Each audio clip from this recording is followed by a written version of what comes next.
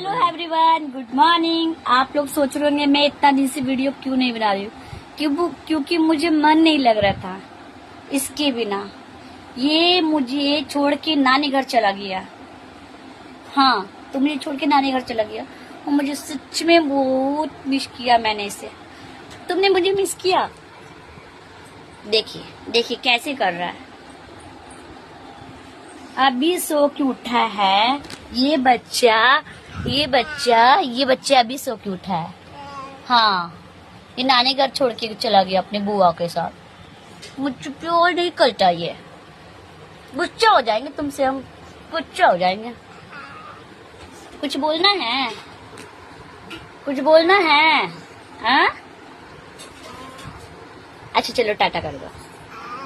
हाँ, टाटा कर दो, टाटा कर दो, बाय बाय कर दो, टाटा।